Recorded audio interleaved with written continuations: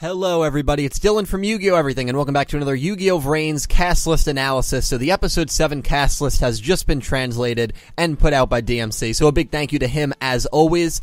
Before we begin, if you do not want any spoilers, now is the time to get off this video. 3, 2, 1, here it is. So first off, the episode will be animated by No Gilbo, who's one of the best animators that Yu-Gi-Oh! Has right now. So the next two episodes, 6 and 7, should look really, really aesthetically pleasing. Very excited for that aspect. But here we go, Episode 7, The Angel of Hanoi. Feeling that the Knights of Hanoi are behind Blue Angel, Yusaku decides to duel her to find out her real intentions. However, Playmaker is gradually driven into a corner by Blue Angel's tactics, which focus on dealing effect damage. Blue Angel's strong desire to be recognized by her brother has fueled her dueling, and she won't hold back. As we know, Trick Stars, if you don't know, they're basically just all effect damage. They are an absolutely brutal deck, and so it's cool that it literally says in the summary they would focus on dealing effect damage, because that's obviously what they do. So it might be a tricky duel for Yusaku to win, honestly. But here's the cast list. Here are the people that will be speaking. It is a very short cast list. Yusaku, the AI, Aoi, Naoki, Akira, Revolver, and the MC. Now, even though it is a very short cast list, it's a very good cast list, because we knew Yusaku and Aoi would be speaking, obviously, and the AI. Those top three were obvious. And if you told me there were going to be 3 others that were going to be speaking, I would have liked to see maybe Go speaking. Maybe he was watching the duel from somewhere in his house or in this universe or in that, like, old warehouse that he trains in, just to kind of slowly maybe put him into the plot a little bit. If I'm thinking what's going to happen is going to happen, where, like, you know, all these people are going to kind of form a group or so, but of course he will not be speaking. But Aoi did not speak during Yusaku and Go's duel, so that's kind of fine. Give this duel time to shine on its own. We have Naoki, who it'll be interesting to see where he is, because you have to figure that he's probably going to be by himself. Like, he's not going to be talking to Kusanagi. We have no Kusanagi speaking, which is actually kind of interesting, because he's been commenting on all of these duels so far. I guess if Yusaku is dueling Aoi on his own will, so there's no need for Kusanagi to hack anything or to get into anything, so it'll be interesting. This might be the first episode, actually, unless he doesn't speak in 6. I think he is speaking in 6, though, that Kusanagi does not make an appearance, so that's pretty cool. So Naoki, I guess, is going to be just kind of watching it from himself. Maybe the extras or the other people in the duel club, like, you know, the kids that were watching Go's duel, obviously, they were extras, and we know the duel club might have a pretty big role in this duel because Aoi is part of it. Now, I doubt anyone in that duel club knows Aoi is Blue Angel. I'm sure Yusaku is the only one that knows that. Aoi, I don't even think, knows that Playmaker is Yusaku. We also got a picture, very low quality, I'll show it to you right now, of a screenshot from episode 6.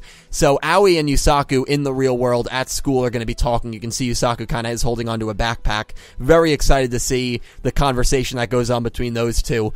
But it's going to be very interesting to see, because the other two people who are talking are Akira, who is probably going to be, who knows what kind of mental state he's going to be in. That'll be very interesting to watch. And Revolver. And if Aoi is doing this because she wants to maybe support the Knights and do it to kind of get back at her brother, Revolver is going to be watching from the sidelines, kind of supporting her maybe, and that'll be really, really cool to see. So we knew the top 3 were a given. The other 3 are very interesting. I mean, Naoki, who really knows where he fits into all this, but Akira and Revolver, that is going to be so interesting to see those two. I'd love to see those two duel, honestly, at some point, because, you know, we have one hand who's the leader of Soul Tech, practically, and the other who's the leader of the Knights. I know Akira's not the leader of Soul, but that would be a very interesting duel. And here's a possibility that I thought of, and I put it on a Discord, and these two really nice girls, Weeb Lord J, I'm sure you've seen her before, she's practically a meme queen, and Rev or Skeel, these two really nice girls who are very, very well-versed in the TCG, much more well-versed than I am, and I put out the possibility on this Discord that maybe Aoi, if after this duel she joins the Knights, which I've kind of theorized that maybe will happen, of course that's not set in stone by any means, if she joins the Knights, maybe her and Revolver will team up and take on Go and Yusaku. I think that would be really, really cool, because after this duel, who does Yusaku duel? Maybe Emma, maybe Akira, maybe Revolver, maybe Spectre.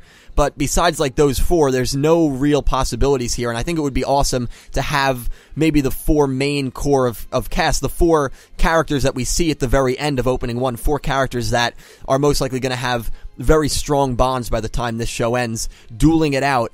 And I put that out there, and both of these girls talked about how, and I'll show you a screenshot right now, that Volets and Trickstars would actually work extremely well together. And when I saw that, I was like, damn, this is definitely going to happen then. Okay, I'm just kidding, obviously, but I just thought it's very interesting, and thank you to both of these girls for pointing it out to me, that these two combinations work really well together. So as you can see, what Jay said, that basically Topologic has an effect that bombs the whole field whenever someone tries to summon to a main monster zone, but if Aoi has both her Trickstar links in the right formation, they're immune to the destruction effect. And there's also a possibility of maybe like an infinite loop happening. I forget how that works, but again, TCG and OCG, not my strong suit by any means.